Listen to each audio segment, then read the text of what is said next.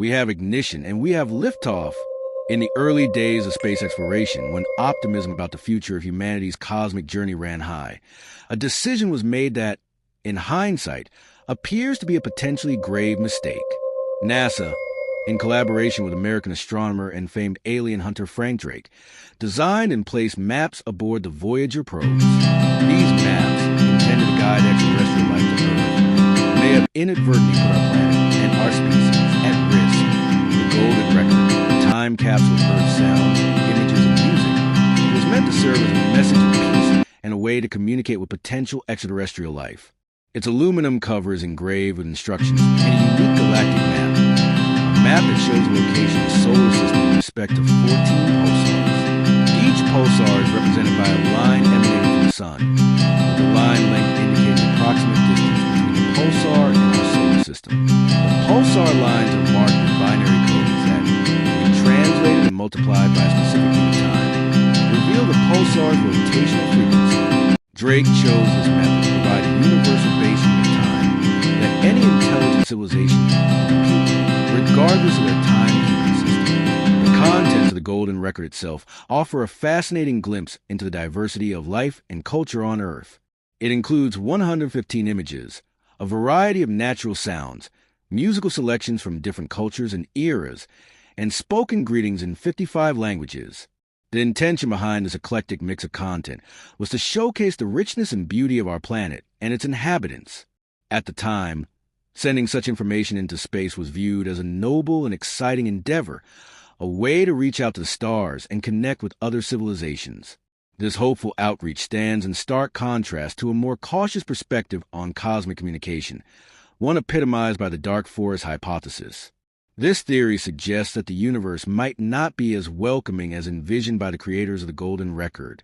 According to the dark forest hypothesis, the cosmos is teeming with civilizations, each silently navigating the void, wary of exposing themselves to unknown entities. In this metaphorical dark forest, revealing one's location is akin to lighting a fire. It may warm friends, but also attracts predators.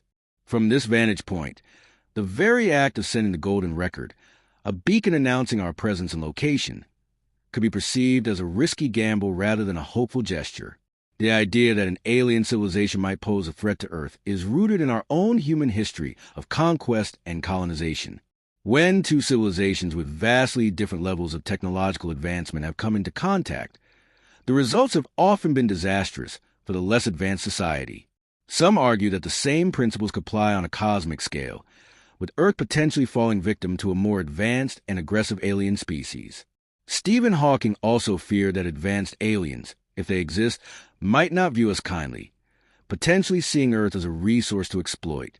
This perspective suggests that sending messages into space, such as a golden record, could inadvertently invite danger. In the hypothetical scenario where the Voyager probes pose a considerable threat to Earth because of the possibility of attracting hostile extraterrestrial attention, is it possible to either deactivate them or modify their programming for self-destruction? If efforts to deactivate the probes fail, what other strategies could be employed? Given the considerable distance the Voyager probes have traveled, what technological advancements will be necessary to precisely locate and neutralize them? Now speeding through interstellar space at around 17 kilometers per second, the Voyager probes have already traveled vast distances, making any attempt to intercept and alter their course a daunting challenge. One hypothetical solution is the use of powerful lasers to destroy the Voyager probes.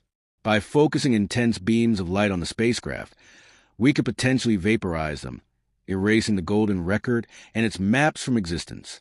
However, this approach is not without its own challenges. The technical feasibility of such a feat is uncertain, and the act of attempting to destroy the probes could itself be detected by alien civilizations, potentially drawing even more attention to our presence. Developing stealthy methods to verify the elimination of the probes without drawing further attention to our presence will be a key consideration in this hypothetical situation. Another approach could involve creating swifter, more advanced spacecraft to catch up with and neutralize the Voyager probes. The current record holder for speed, the Parker Solar Probe, reaches speeds of up to 190 kilometers per second, but it would still need about 35 years to reach Voyager 1. To achieve a quicker interception, We'd need spacecraft that are substantially faster, powered by cutting-edge propulsion technologies. The Voyager probes, despite being launched nearly 5 decades ago, have just recently crossed into interstellar space. It would take them about 40,000 years to reach another star system. To understand the level of technological advancement required for an alien civilization to retrieve and decipher the golden record, we must consider the capabilities needed at each stage of the process.